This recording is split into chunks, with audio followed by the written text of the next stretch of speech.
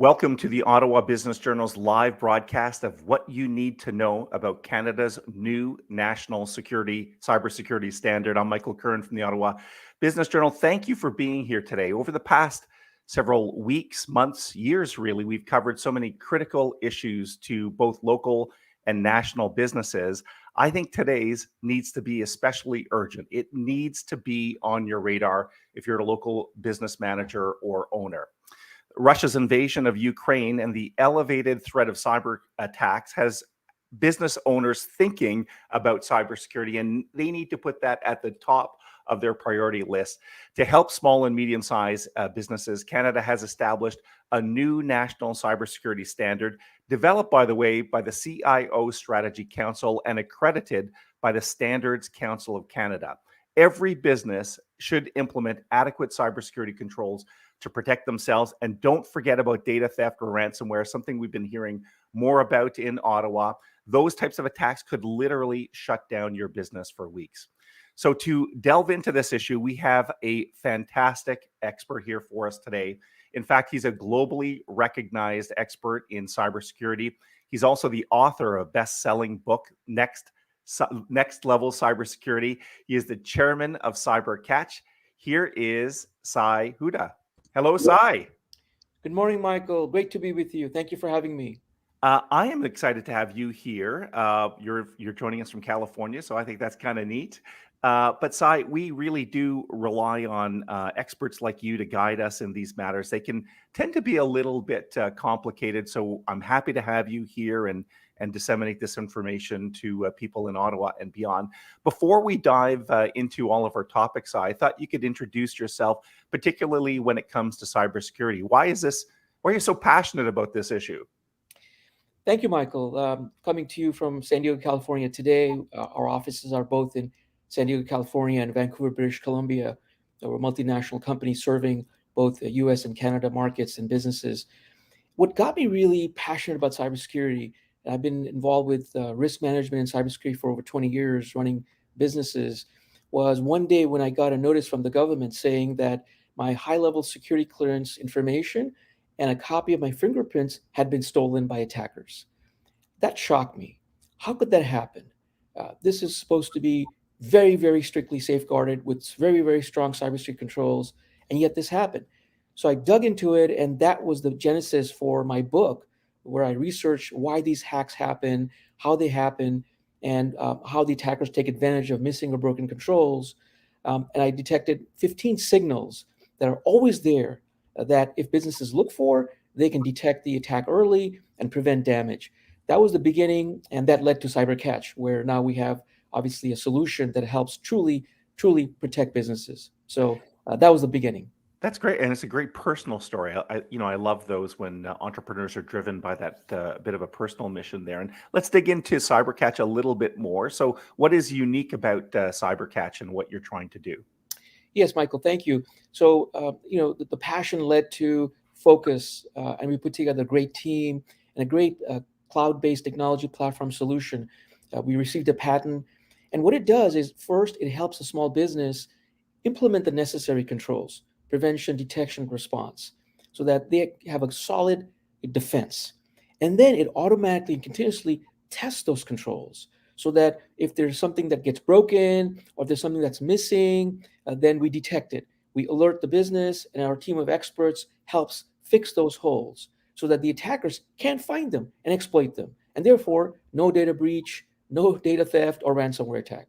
That's awesome. That's awesome, Sai. So look, we've got a lot to that we're going to go through. Lots of practical information.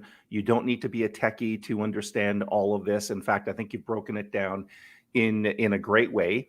As always, we've divided this show into 3 different parts. So we're going to bring our topics up here. We're going to start off with topic number 1, which is why cybersecurity is critical for SMEs. In our second topic, we're going to look at Canada's new national standard for this. I'm eager to hear more information.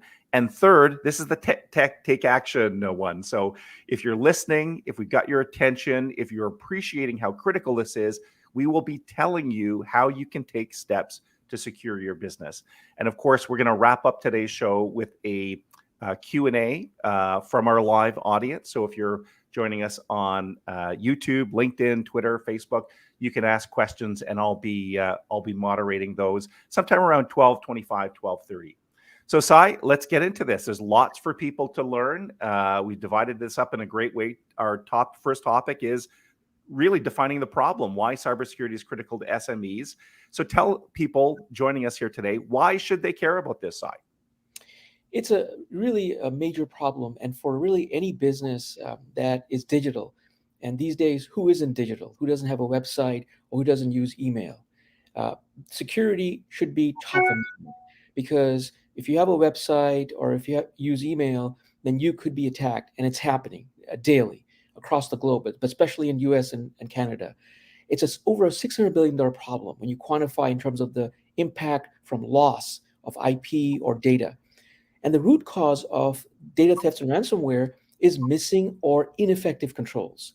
So businesses have controls that they've implemented themselves, or they're relying on a managed services provider to implement those controls and have them in place, but they're not necessarily aware if they're adequate for their business or not.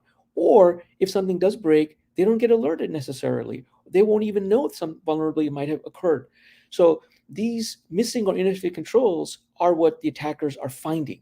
They're finding them by scanning from the outside. They're finding them with some reconnaissance. They're finding them by phishing employees.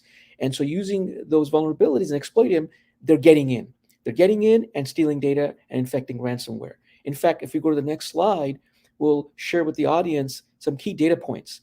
So CyberCatch recently in Q4 2021 scanned 21,850 internet-facing assets of small businesses in North America, in US and Canada. And the results are very alarming.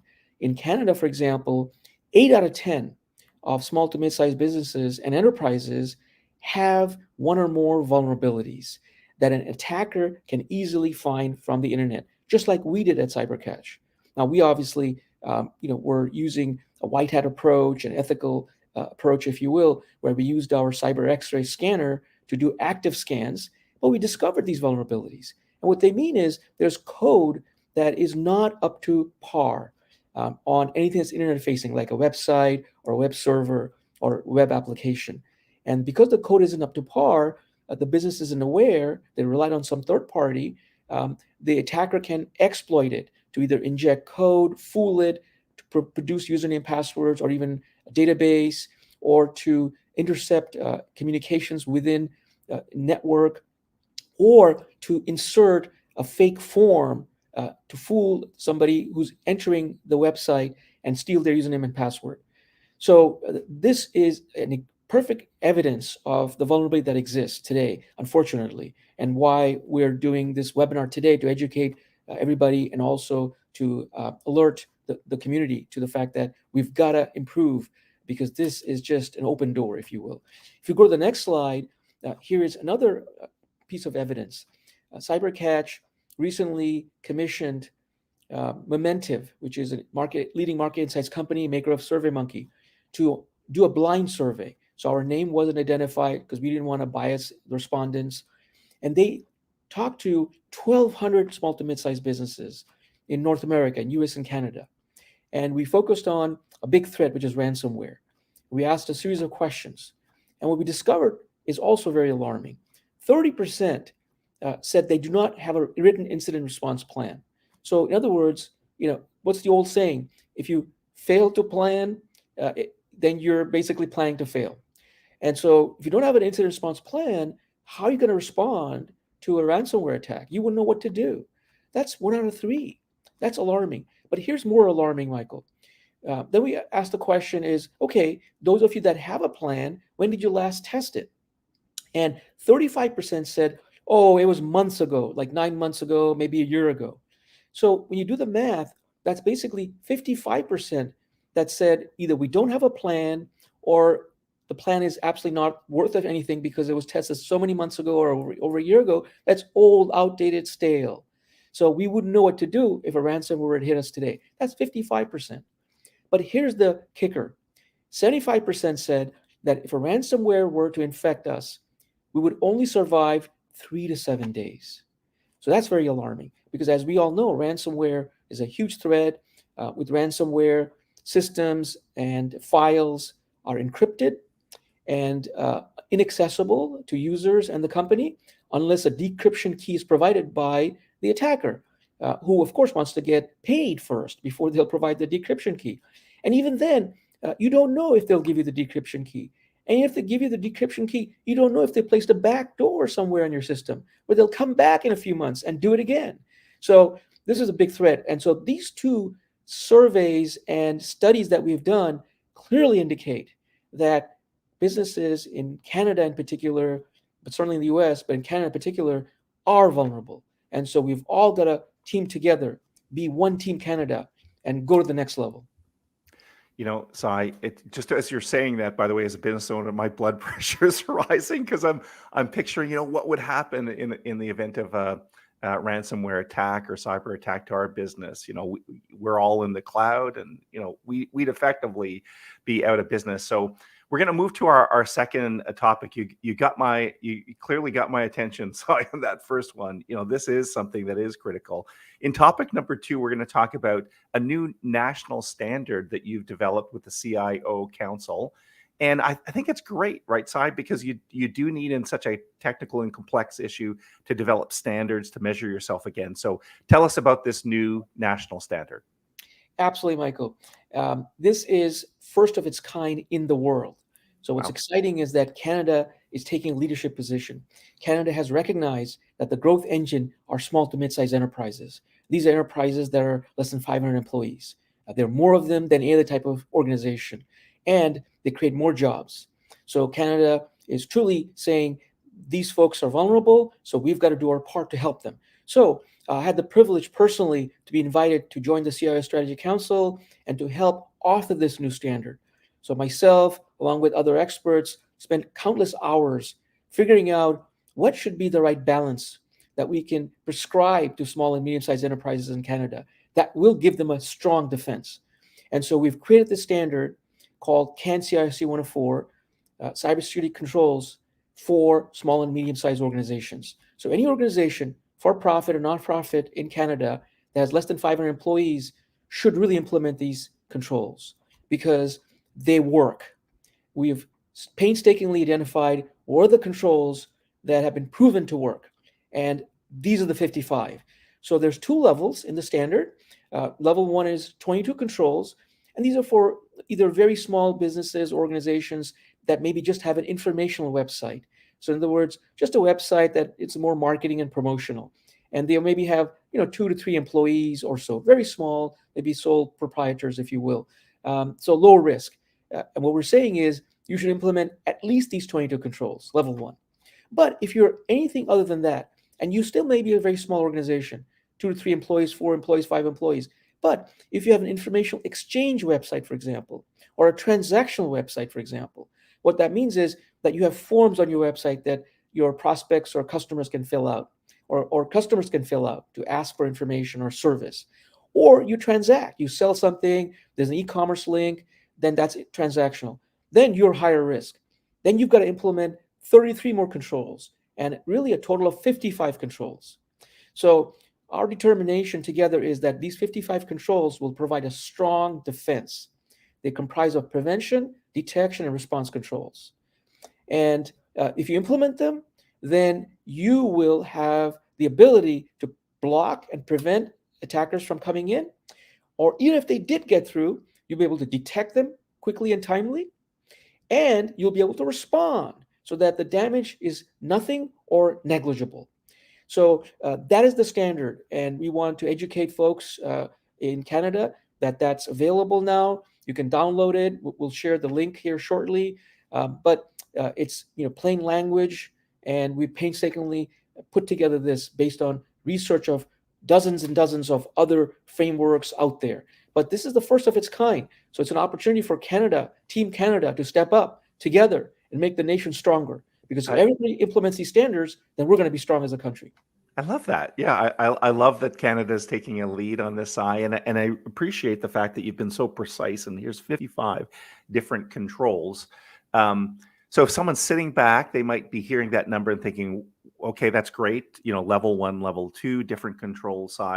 We're now going to turn our attention to how to implement this, right? So even with that level of precision, there might be people watching or listening here today thinking that's a little bit overwhelming, but that's what we're addressing in topic number 3 here, which is how to take action on cybersecurity. So I think we've defined the problem. We now understand the standard better, Sai.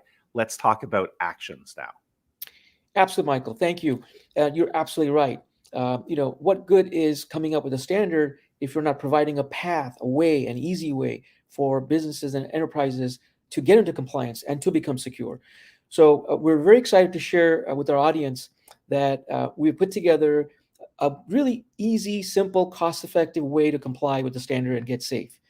Because we do know small to mid-sized enterprises have limited resources, and they're not IT folks. They're not cybersecurity savvy, if you will. They're just trying to run their business and grow and be successful.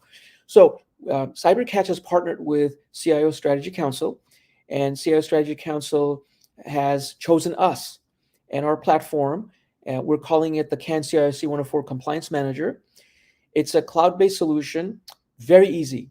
And we've also got the support of the Canadian government. So we're honored that the Honorable Francois Philippe Champagne, Minister of Innovation, Science and Industry in Canada, has personally spoken up about this solution. We did a press release just a little while ago jointly, and he is saying to anyone in Canada that you really should comply and you should use this solution to comply. So we've made it very, very simple. And here's how it works. So there are 2 steps to get into compliance. If you go to the next slide, step 1 is first and foremost, implement those controls, those 55, if you will.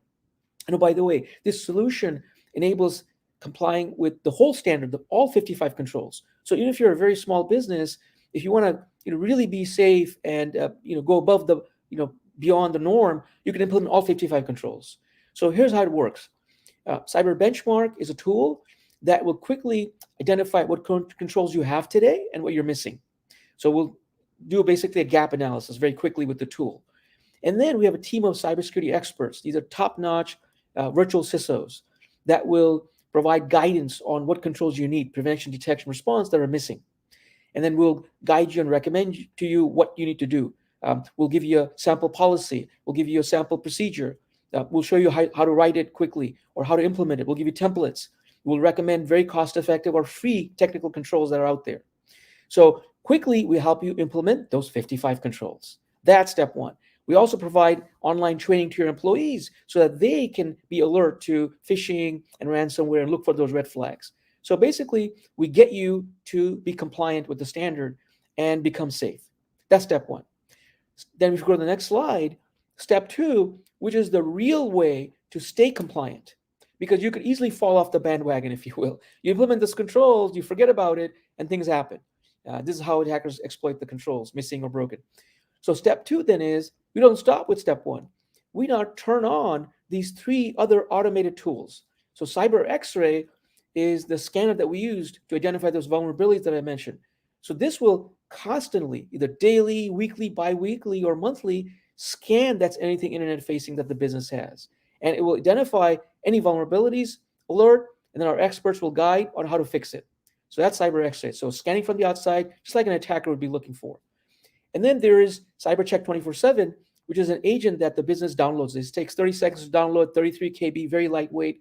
And the agent then goes around the network, could be a LAN, could be cloud or a hybrid, and tests for those controls that the business supposedly has implemented. So it's going to use tests like brute force, credential leaking, a bunch of those tests to see if there's any passwords that can be easily guessed within seconds, to see if there's anything that's out there that can be easily visible from a credential, to see if everything is secure or not, et cetera, et cetera. So it's testing all those controls automatically, daily, weekly, bi-weekly, or monthly. And so that's the inside-out testing, in addition to the outside-in testing.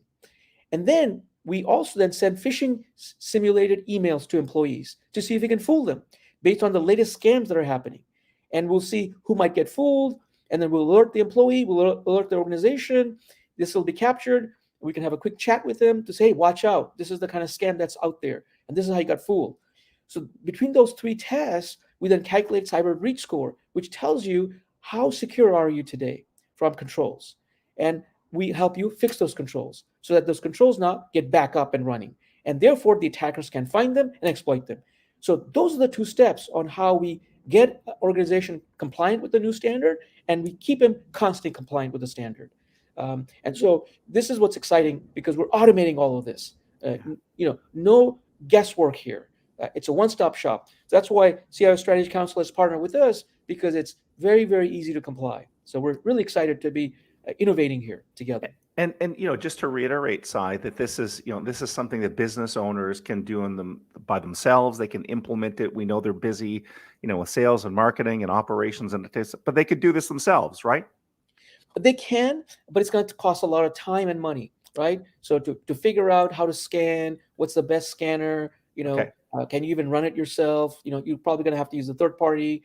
Do you know what controls to test inside? How can you test it? You can hire a third party to come in with pen testing, but pen testing takes a lot of time and money. It's usually done once a year because it's complex, right? So we're automating all of that. Yeah. How do you send phishing emails, that are going to be realistic, just like the attackers are? It requires a lot of research. So yeah, this can be done manually, but it's going to cost a lot of time and a lot of money. And most businesses, don't know how to do this because they're running their business. You got it. So that's where we come in, one-stop shop. I got it. Yeah. And by that, I meant to say they can sign up for this on their own, and then they can be confident that this is running. So we've got a good amount of time here, and we've had lots of comments, by the way, across our social channels. I'm just going to give a shout out to a few people here, and I'll bring something on screen. So from good friend Kevin Conroy is just backing you up, saying you're right. Sadly, most companies won't invest in the proper controls. Tanya is saying she likes it. Team Canada, get us going there, Sai. That's great. And Melanie, I'll just show this one here. She's asking, I don't know if you can help with this one. What would you say are the verticals that are most at risk when it comes to cybersecurity in these times? Any quick thoughts on that one, Sai? Absolutely. Melanie's asking a very, very powerful question. And if you look at our SMB VR, which, by the way, is available on our website, cybercatch.com, anybody can download it. I urge you to download it and take a look at it. We focused on 10 SMB segments in particular that we felt were inherently high risk. And you can see the findings confirm that. So if you look at those inherently 10 segments in the SMB sector, they range from key service providers like MSPs and ISPs to other providers like technology companies, to accounting firms, to law firms. But we also included not just for-profit organizations, but also not-for-profit. And so educational institutions, came up very high risk. Colleges, schools, and other, municipal districts, municipalities, if you will, provinces and provincial organizations. So it's a variety of segments, and they're all coming up pretty high. So I would say really no one really is safe. They're all vulnerable because they all have a web presence and use email. The other part is, though, they're all suppliers to somebody larger. And so a lot of times it's that victim, because ransomware can be extracted, or they might have good data. But also it's a larger organization that may be a supplier to. So this could be an entry point, a gateway into the large organization. So, all organizations are really vulnerable, but those are the ones that I mentioned. Manufacturers are also ones that are very vulnerable. Healthcare organizations are also very vulnerable. Medical practices, dental practices, they're vulnerable because, they have valuable data. And they know that if they shut them down, it's going to have a ripple effect on patients and healthcare. So they're going to willing to pay the ransom. Yeah. Also, the reputational. You're dealing with the practical stuff, but the reputational hit that you take by, imagine if you're a doctor or a law office or accounting firm, and knowing that very confidential information has been accessed. That's a scary thought. I don't know if this one's too technical for today, but I'll bring it up on screen. Sai, how does this relate to the CCCS? Canadian Center for Cybersecurity baseline controls for SMBs. I don't know if that's too technical to get into, but maybe a high-level thought on that. Yes, no, that's a great question. So the CAN CIOSC 104 baseline cybersecurity controls for small and medium organizations, the standard, is going to basically replace that. So that's what came about, a couple of years ago. it was fewer controls, and it tied to Canada Cybersecure program. And what you will hear going forward is that this standard replaces that, and this is the standard to comply in order to get that Canada Cybersecure logo, if you will, or certification. So this is the bar here that we're saying, Team Canada, let's go. So these are 55 controls. They're more than previously. These are rock solid. We researched it, and we have a solution that any business can get into compliance very quickly and affordably. Because before it was just basically as controls out there in a PDF format, and so you were scratching your head going, how do I implement? Now we've taken all that out. We're like, here's how you implement. Sign up for the solution, quickly implement the controls, and stay compliant and secure. Yeah, good stuff. Someone pointed out we obviously have a very technical audience. Ottawa's full of technology companies and that. Someone saying, just to be clear, it's not a federal government standard. It is the CIO Strategy Council standard, but there's a bit of a distinction. I wanted to ask a couple questions of my own, Sai. So we talked about these 55 controls. I'm wondering which would you prioritize? So hopefully people get to do all of them, but what are the key controls, Sai? Yeah, absolutely. Thank you. By the way, this is not for federal entities, if you will. It's really for small and medium organizations. So Good again, point. any not-profit or profit organization in Canada, less than 500 employees, that's what the standard is applicable for, because we believe they're the most vulnerable. But I would say they're out of the controls 55. All are in some ways equally important, but 5 I would highlight that people can walk away with, because these 5 should be top of mind. So first and foremost is that you've got to think about access. How do attackers get in? So as I was alluding to earlier, they get in by fooling your employees to download a keylogger, track their username, passwords, credentials, or they will scan the outside, anything that's internet facing, right? So those are 2 ways. So what you've got to do are 2 things. One is you've got to scan. That's anything internet facing, just like we're doing as part of our solution. So in fact, that's one of the controls in CAN CIOSC 104, is that you should scan to look for OWASP top 10 type vulnerabilities and other vulnerabilities regularly. So that's a key control in CAN CIOSC 104 that everybody should focus on to be top of mind, because guess what? The attackers are going to scan you as part of their reconnaissance. So let's find what we have before they do, and let's fix it and plug it before they do. The other thing is that they're going to phish your employees. So you've got to train your employees and constantly test them. And that's why testing is equally important as training, because training is kind of a one-time exercise to alert them. But then they've got to be tested with these scams. So that's where simulated phishing emails are really key. And training is another key control. The third one is multi-factor authentication. And this is required in CAN CIOSC 104 for privileged users. So these are folks that have credentials or keys to the kingdom, like IT people, access to databases. Frankly, it should be everybody. But at least privileged users, you got to use multi-factor authentication. And what that means is not just username passwords, right? What that means is that you've got to use a one-time passcode that can be delivered via SMS text. Not 100% secure, because it could be possibly intercepted, but it requires a lot of work, but still better than nothing. But ideally would be a multi-factor authentication app. Google Authenticator is free. Microsoft has one that's free, and that sends an OTP on the app. And so you've got to go into the app and get the OTP code and enter it, right? So it's beyond username password, one more. So that's the third one. And then what you've got to do is you've got to have an incident response plan that you got to test. So that way you can see, are you going to be prepared, to handle an attack, if you will. And the fifth one is testing of controls. If you don't test your controls, how do you know what's missing or broken? You're not going to know that. And so the attackers will find them and exploit them. So those are 5 key controls that are in CAN CIOSC 104 that every organization should implement minimally, in addition to obviously the rest of the 55. So I'm going to have a wrap-up question for you here in a minute, but there's a couple questions. We're getting lots. And I just want to ask this one because it was on my mind too.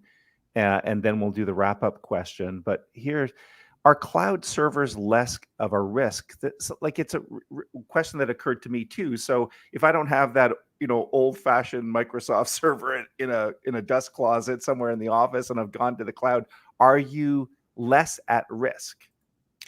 Well, so I would answer that by saying that inherently, cloud servers, especially if they're provided by one of the leading cloud service providers, um, is inherently lower risk than on-site servers that you or a third party might build or buy or configure. And the reasoning is because those cloud service providers like Google, AWS, and several others that I could go on and name them, uh, are very, very competent. They're putting in billions of dollars. So inherently, notice I use the word inherently lower risk. That doesn't mean that it's low risk. Because even if you subscribe to the cloud service providers, which you should, because inherently that's going to be lower risk, because they're taking care of the network, if you will, the infrastructure for you, you've still got to configure the cloud services to make sure that security controls are turned on and you're monitoring. So that's another key step. So if you configure those, which you're responsible for, not the CSP, now you have a really strong security posture. I'm glad I asked the question because I get your point. Inherently more, but not completely. So it doesn't eliminate the threat.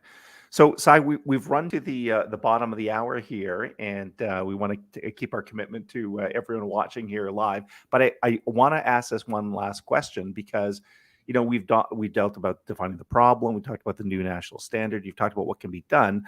I still think there are probably people on the live broadcast here thinking, yeah, but Sai, how much does it cost? Is this an affordable solution, or is this out of my budget? So can you speak to that point a little bit? Absolutely. In fact, if we go and post up the slide, we have a link for everybody to go to. It's really a terrific link. If you go to the last slide there. So please go to cybercatch.com, and there's a link here. You can see cybercatch.com can-CIOSC-104-Canada.